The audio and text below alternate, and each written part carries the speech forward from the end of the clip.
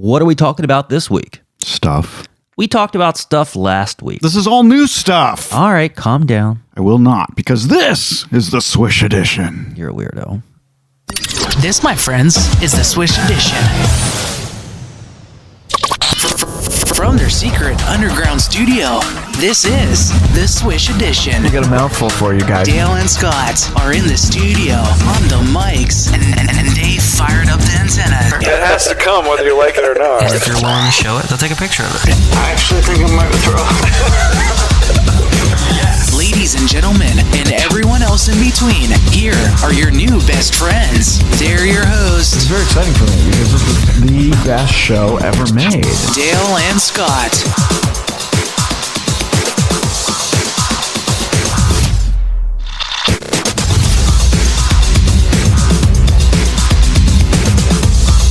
September 28th. It was a fast month, man. This is the last show we're ever going to do in September of 2021. Let's get it done. October is on the horizon. It's pretty crazy, isn't it? It's fast, man. I'm still wearing shorts. It's still going to be 80-something degrees today. So Today is the last day. not sure what that's all about. Yeah, good. That's good for us. Hey, some breaking news out of Vegas. You know, we talk about Vegas a lot since we did the show there. We lived there. We've been going there for years. Love it. Love it. Can't love it more. Can't wait to get back. I don't know that we're going this year, but we're definitely going to go in 2022. Yeah, we skipped it because we're going to Key West this year. Key Longo. Anyway, big news, and we're really happy about this. The Cosmopolitan of Las Vegas just sold by Blackstone, which we own some stock in, by the way. Yeah. Maybe we'll get some money from this deal. I think you tell us that every time. I we do, mention sorry. something from Las Vegas. It's been sold to a bunch of different conglomerates, and MGM Resorts International is going to run it, which I'm excited about. Well, we're excited about this because this is our preferred casino brand. This is where we have all of our points. So this opens up access to... we can stay there for free. Exactly. Yeah, excited about that. One of the only few hotels on the Strip with balcony rooms. I mean, maybe the only one. I think so. I can't think of another one. I mean, all of their balconies face the Bellagio fountains. Right. I mean, it's pretty friggin' cool, and we've never stayed there. We've played there a lot. Played there a lot. We've but seen never shows there. We've eaten there. They have an amazing buffet. Man, the Wicked Spoon is pretty darn amazing. And Opium, the show there from Spiegelworld, is phenomenal. I've seen it twice. Don't they have the supper club there? They did. I think it closed. Oh. Yeah. But Permanently or just pandemic? the rabbit thing, yeah, I think that closed. No, the something supper club. Maybe it wasn't at Cosmo. I think that was at Bellagio. Anyway, let's not confuse the people. We're giving them facts here because we're the fact show. Right. Anyway, the 3,000 room hotel is sandwiched right there between Bellagio and Aria and Vidara, which MGM already owns and runs. It's a 30-year lease, so they're going to be there for a while, I guess. Right. And then I understand it to be that after the 30 years, they get first dibs on 3 10-year options. Well, who's going to want it after To- 30 years? to I mean, continue. it'll be time to blow it up and build a new one by then. You think so? There's Maybe. a couple more that need to go before then. I mean, I'll be friggin' 80 then, so I'll be ready for a new one. Oh, God. Bye-bye Excalibur and Luxor. They both need to be imploded. What the heck? I mean, Luxor is iconic, but it just need to go. It's Well, so old. every and time dingy. It stinks. It smells. Every time I mention getting rid of Excalibur to anyone out there in Vegas, they're like, no, it's a gold mine for MGM. Probably. An absolute gold mine. I'm not surprised because look at Circus. Yeah. It gets the budget people in the door. It does. And Yeah. it's become locals casinos. And Luxor and Excalibur are just sightseers. Exactly. So- Well, excited about this news. This sale is supposed to go through sometime in the first half of 2022, and I'm sure they'll bring their M Life stuff in there so we can get our free play and our free rooms and free food and all that good stuff. This could actually work out perfect since we're postponing our end of the year 2021 trip. Yeah. That once this takes effect, I suspect that we might get offers to come and check it out. I think you're right. Speaking of Vegas, did you hear about this? You know, they got that huge high roller Ferris wheel behind Harrah's. Biggest one in the world. Yeah. People got stuck on it. Yeah, and also you don't have it written down here, but you know how the pods stand up? They're outside of the wheel, not inside. Yeah, so as it goes around, they rotate so that you stay flat. And couple of them were not working. They didn't rotate. And they didn't rotate, so people were like on the windows or on the ceiling. Oh, stuff. God. Yeah. So, yeah, some mechanical issue kept people at the top for 2 hours.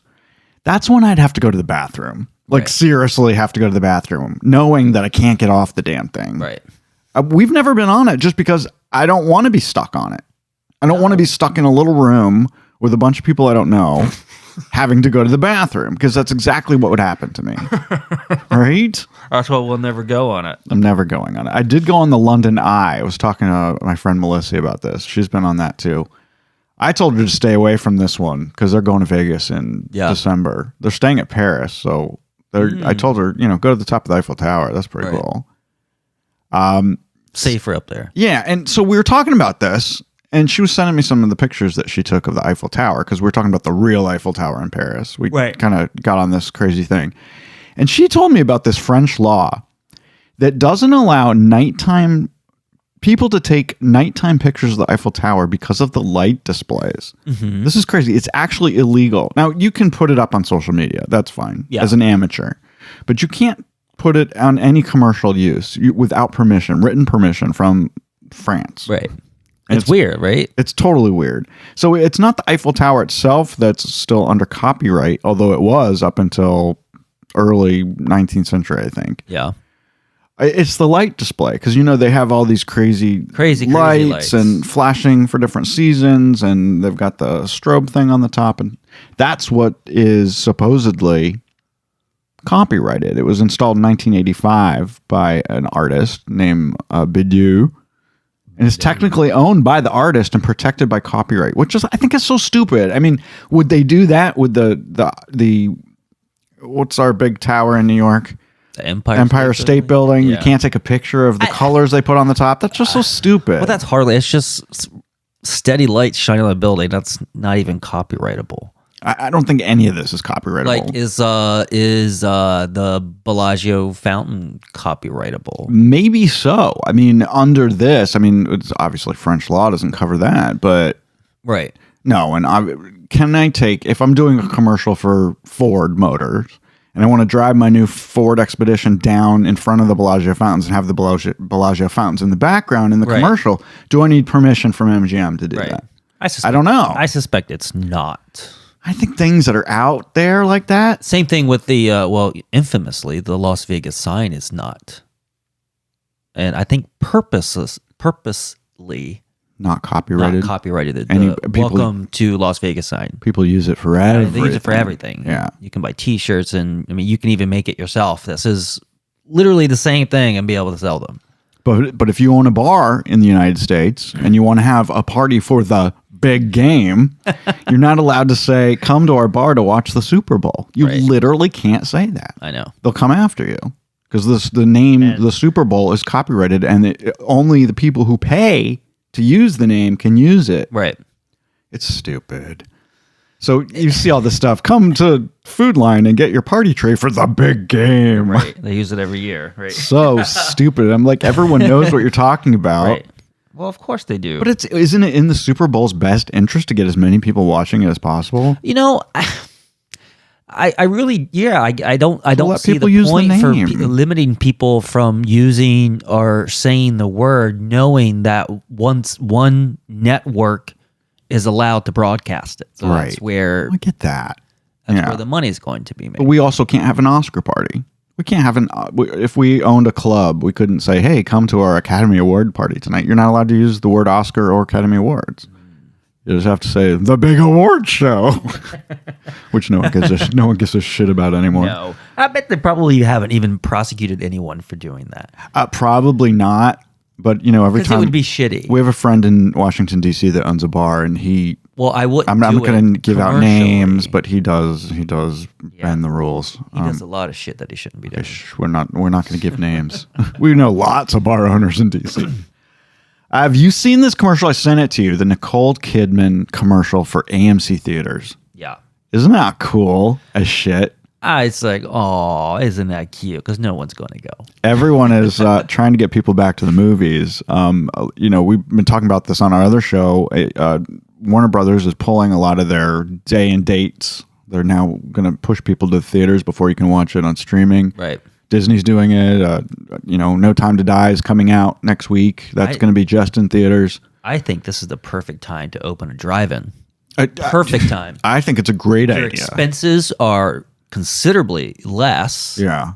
We got to You buy don't have it. to buy a building with 15 screens in it. You just need one screen, one awesome freaking movie a week, and sell concessions. And then you need an FM license because you need to put it on the radio so people can listen to it in their car. You could probably do the free AM band. Yeah, but that wouldn't be in stereo, though. Don't you want to watch your movie in stereo? I don't know. I guess so. We're not opening a goddamn. But there are drive-through. certain licenses that are free on the AM and FM band as long as you limit The how range. far they go. Well, yeah, your range would be really tiny in a place right, like that. and there's really no immediate radio station nearby where we live now. All right. So that shouldn't be an issue. Do you want to open a drive-through? Drive-through. A Drive-through drive-in? movie. A drive-in? I don't know. It could be fun. Could be fun. I would think a lot of kids would come and do drugs and bad things there, though. Well, they're in their own car. I don't care. Anyway, the AMC commercial, you guys have probably seen it if you watch TV. Who watches TV or who watches commercials anymore? You can Google it. I'll put it up on our Facebook page. She looks amazing, and she's, sexy as hell, and she's sitting in the theater all by herself without a mask on. Yep. Of course, she's there by herself, so why would she wear a mask? Right. If you guys go to the theaters, you got to wear one. Yep. Unless you rent the whole theater. I was just talking to Dale about this morning. You can actually rent an AMC theater for as little as $130 I don't understand why they're so cheap. for you and 20 of your friends. And you can watch the movie by yourself. Yeah. I would pay that price just for you and me to go watch No Time to Die. What theater is it? AMC. AMC. So Yeah. that's a Regal down the other place. Right. It could be fun. It could be super fun. Not having no. How do you keep people out though? I just don't. They put they put a sentry at the door. Keep people out of your theater. I mean, I don't know. I don't understand why it seems cheap to me. It seems ridiculously cheap. I think they're just trying to get people in the door. Sell They need concessions, people I guess. so bad. Yeah, we'll buy some popcorn. Speaking of movies, Marvel is suing to keep the rights to the Avengers characters. Did you see this? I did. So they're afraid the copyright is going to run out on things like Iron Man and Spider-Man and Doctor Strange and Ant-Man and Hawkeye. All these characters that they're making billions and billions of dollars off of. Disney owns this, if you guys don't know. If you've been living under a rock. They're worried about it because these people who created these characters on behalf of the company, on behalf of Marvel, now think they deserve the copyright back. They want to have the copyright. No. Well, of course, no. I say no, too. You were hired to do work, and this is what came out of it. That's the whole thing. If you're hired to work for a company and you create something for said company, that entity, that thing that you created for them belongs to the company. Right. Sorry. That's the way it works. If this goes forward, and it goes all the way up to the highest court in the land, and they win, this could spell trouble for every company in the country. Yep. McDonald's, who created that logo? Right. Fruit Loops, the Toucan Sam, Scooby-Doo. I mean, the list goes on and on Man, and if I on. created the McDonald's logo and you had to give me some sort of royalty that every time Yeah. a bag was given out to a Right. customer, that It would change It'd be the course crazy. of business forever. that even goes to this podcast and the other one that we do. I hired someone to create that work Right. for Our the logos, podcast. our jingles. So now I don't own any of them, and if I earn revenue, that means I have to go back and share that revenue with said designer? yeah. Fuck no. The idea here is that the people, in some of these cases, the people are dead. Like, Stan Lee, who created Spider-Man, is dead. Right. So this would be his heirs benefiting off something he created for another company. They would share the profits 50-50. That's kind of what they're asking for. Something along those lines. Bullshit. I do think this is bullshit. If you work for a company and you create something for them, that thing belongs to them. I mean, look at Disney with Mickey Mouse and Well, but- all of those characters. Well, but Mickey Mouse was created by Walt Disney, so Yeah, but not all the others. not all the I others. mean, but look at the reincarnation of Mickey. Sure, he's changed. certainly doesn't look he's the changed way a that lot over the years. Right. Yeah. So all those Imagineers I don't know. are gonna Come after a piece of the pie. credit. Yeah. Well, I just hope no one comes after the Swish edition What logo. about We could people- lose tens and tens of dollars. Right. What about all the people who have worked on rides at Disneyland and Disney World? Do they get a share of the ticket price now? Right. Yeah. No, it could go down a very, very dangerous hole. Right. So this is crazy. I agree that people should be well compensated for things they create, but they agreed to do it for a price, whatever that price was. If they were an hourly employee or a salaried employee or a freelancer who got X amount of dollars to create something for someone. Should have had it in the contract. Who knows? Who knows? Anyway, Saturday Night Live, everyone watches that, right? I don't know how many people are watching it anymore, but they just announced a couple days ago their first 4 guest hosts for the new season, which kicks off this Saturday night. Mm-hmm. Owen Wilson is the first host. Maybe because he's got something coming out. I don't know. I didn't see anything about that, but I haven't seen Owen Wilson in anything in a while. Not in a while, and I haven't heard of anything either. Yeah. Followed by, now here's the one that's getting some controversy. Kim Kardashian is going to be the host on October 9th. There are a couple celebrities on Twitter and Facebook and stuff that don't like that idea. Deborah Messing was one of them. She's like, why? Why? But they had Elon. Not her fucking business. It is not her business. And they had Elon Musk on last season, and that was a very popular show. So I mean, I they don't have all like, kinds of. They've had sports I people. don't like They've had, Kardashian for anything, but I'm certainly not feel the need to express my distaste. Right. That you have no say in what goes on. well, I'll be watching the Kim Kardashian one.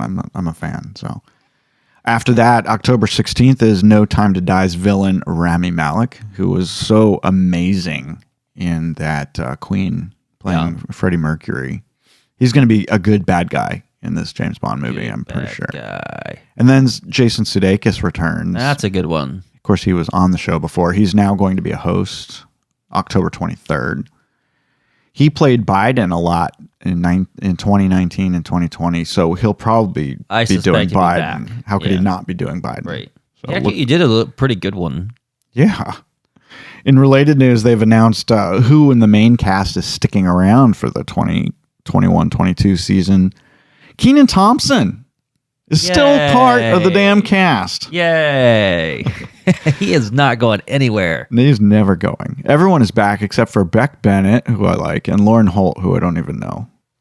Many thought that Adie Bryant, Kate McKinnon, and Cicely Strong, who all have series on other networks and streamers, wouldn't be coming back, but they are. And Pete Davidson, who said he wasn't coming back, is coming back. He knows where his bread is buttered. Yeah. I mean, because what else does he have going on? That movie, which I loved, the King of Staten Island. That was a year ago. So good in that. I know, but why isn't he getting more stuff like that? He was so good in that. No, I agree. But that was kind of based on himself. I don't know. Can he play anything but himself? I don't know. think so. What's his range? The hilarious Bowen Yang, who's the Asian comic. He's so funny. Yeah. He was promoted to feature player, so we'll see a lot more of him this year.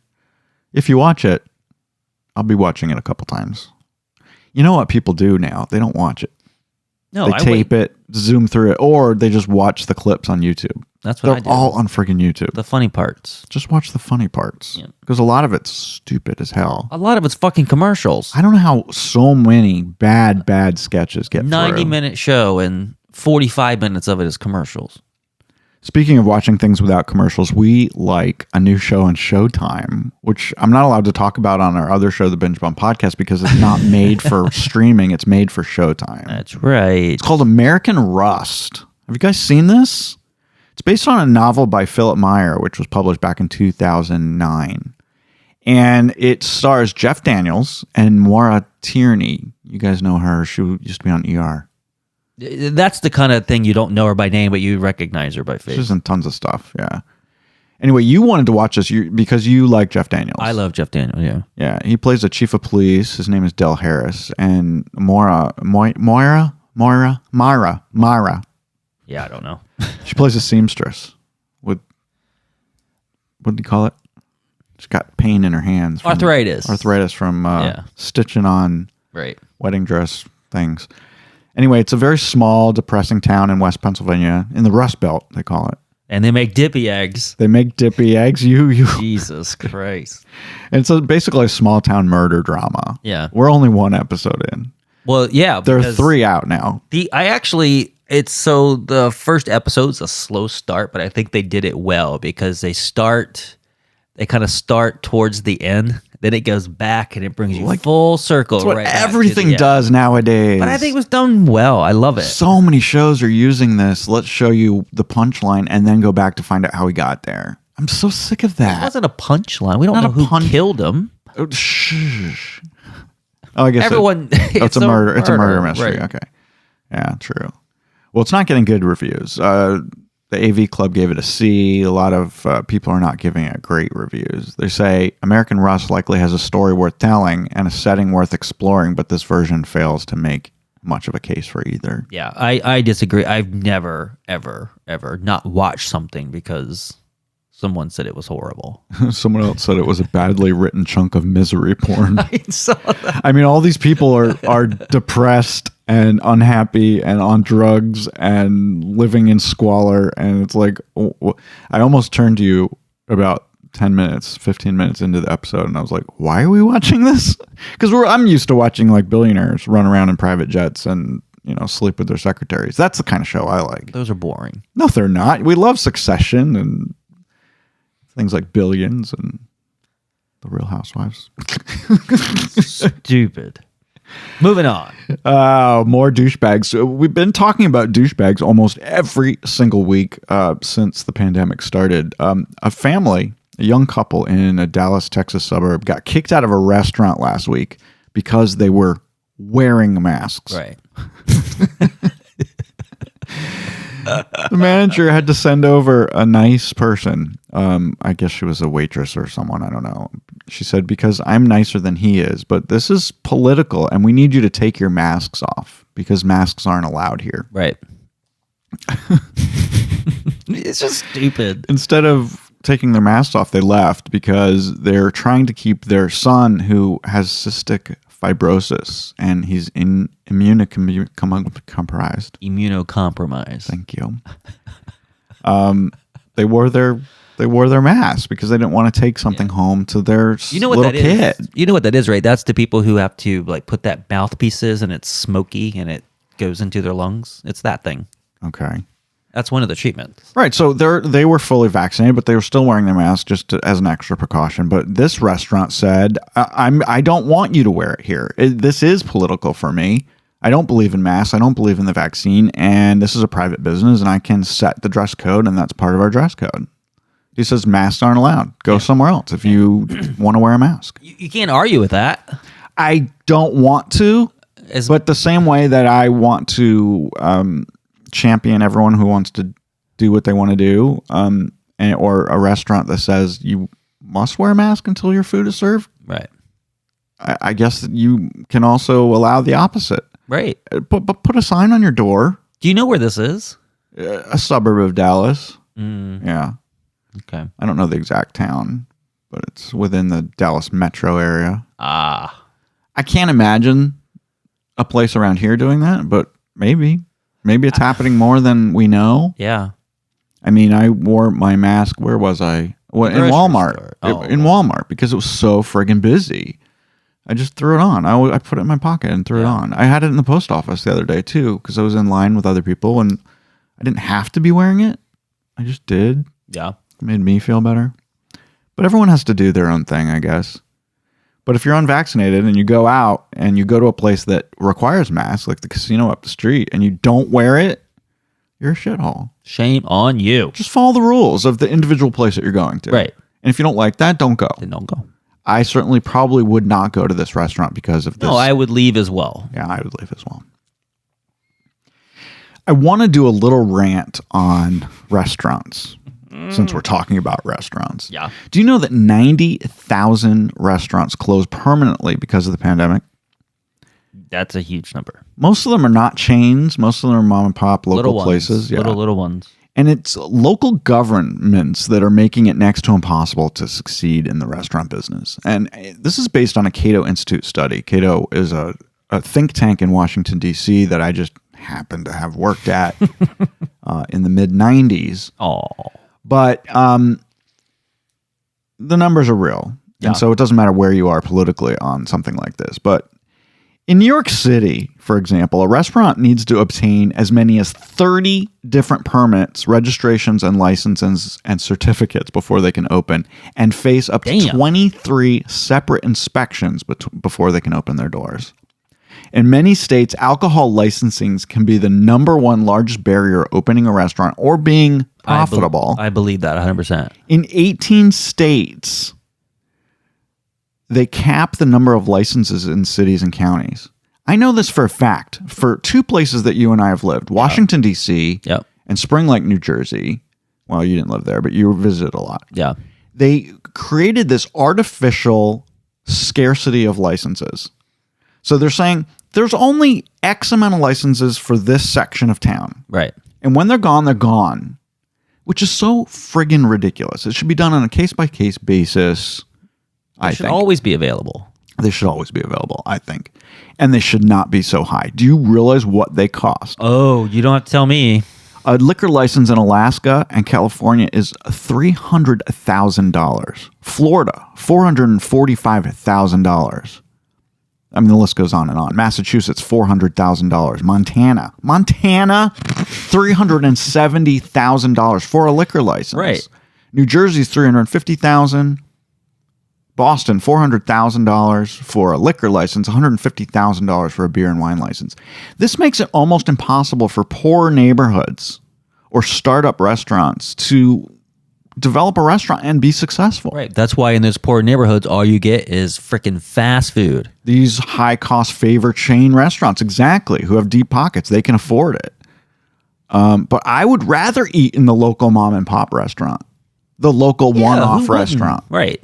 I don't want to eat every meal I eat at the Red Lobster, right? It's crazy, and we've got to stand up against this. You've got to talk to your local people, talk to your governor. This stuff is crazy. But here's the kicker of this whole thing. The restaurant industry actively lobbies against changing these rules. Existing restaurants lobby against reforms that would devalue their high-cost licenses. So even though the mom and pop down the street know that the $400,000 that they paid for their license hurts the next guy who's coming up. Right. They don't want it to change because they paid $400,000 for their license. Right. And what was it in DC that the licenses are incredibly high and it's also capped?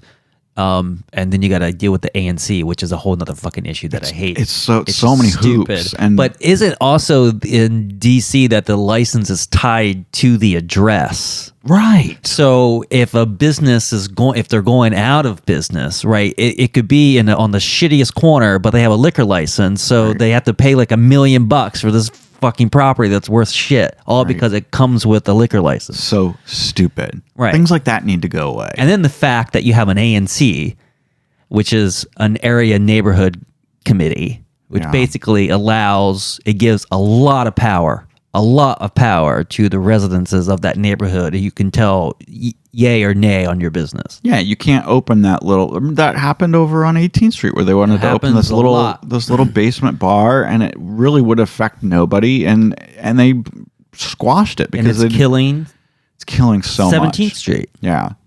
But I'm talking more on a bigger picture, and the idea that the existing restaurateurs are lobbying against these reforms, I say too bad. And I say literally too bad to the people that paid these high prices. Maybe you can get some tax breaks or something, but it needs to change. I don't think that liquor licenses should be even 4 figures, not 5 or 6. I mean, most of them are 6. They shouldn't even be it shouldn't even be $1,000. What's wrong with a $500 license? It should cost $50. Why? The same as a business license. These are legal products. Right. Beer, wine, liquor, legal tobacco, products. and you got to go through hoops to be able to sell that stuff. I'm so over this, and I really want to get out there and help change this. I have no skin in the game. I don't own a restaurant, but my family does. You got to get the liquor companies involved. My uncle owns a restaurant. My good friends own restaurants. Right. And I think this is just a ridiculous thing that needs to change in America.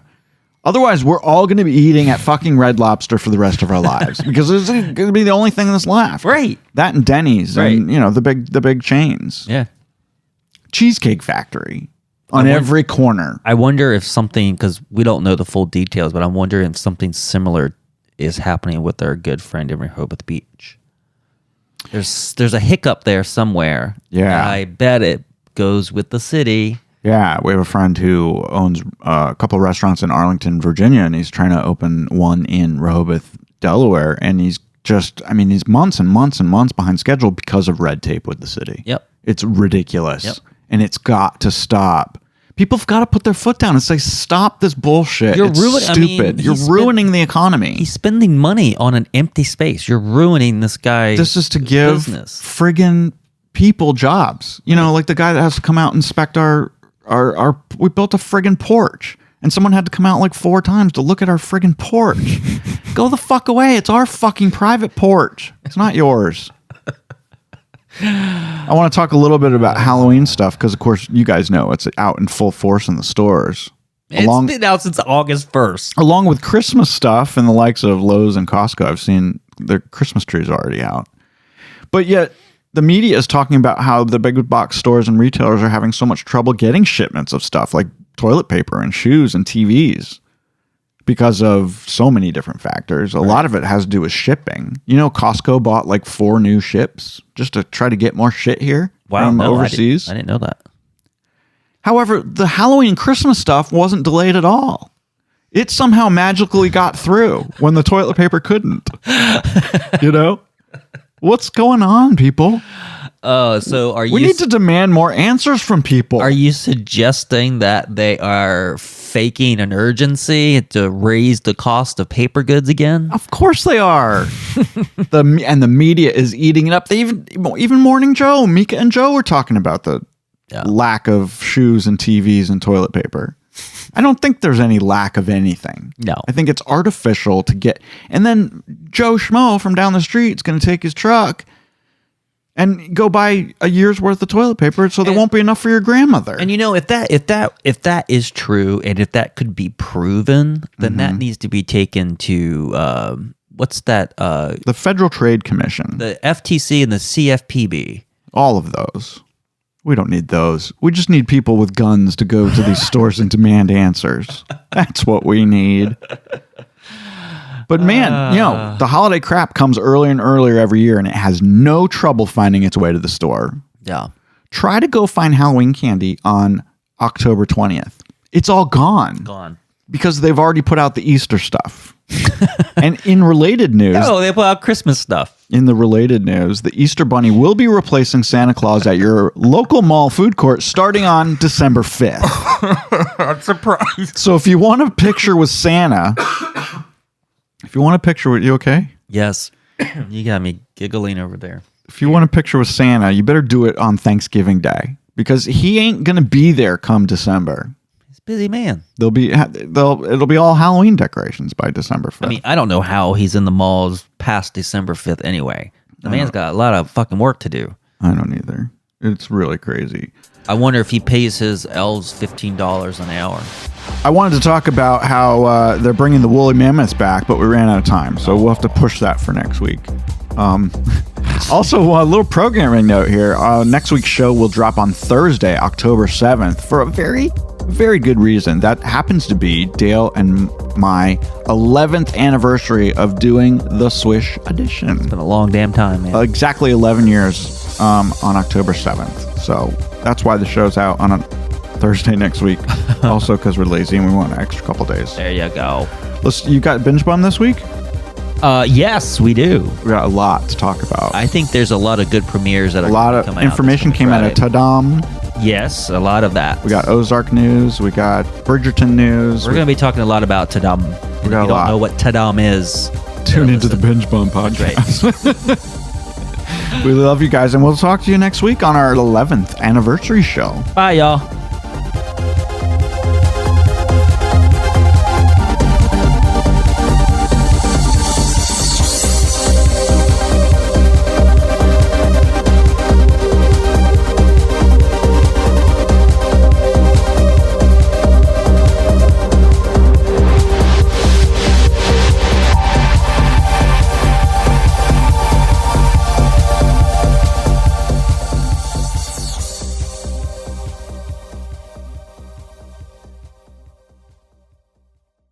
You're a shithole. Shame on you. Just follow the rules of the individual place that you're going to. Right. And if you don't like that, don't go. Then don't go.